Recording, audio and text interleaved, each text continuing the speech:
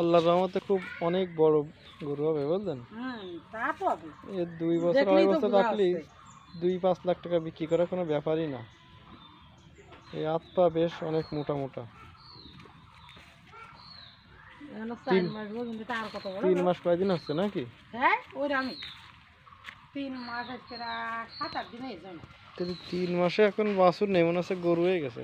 ওটা কি গরু হয়েছে এই বাছুর মতনই তো বিড়াল হয়ে গেছে।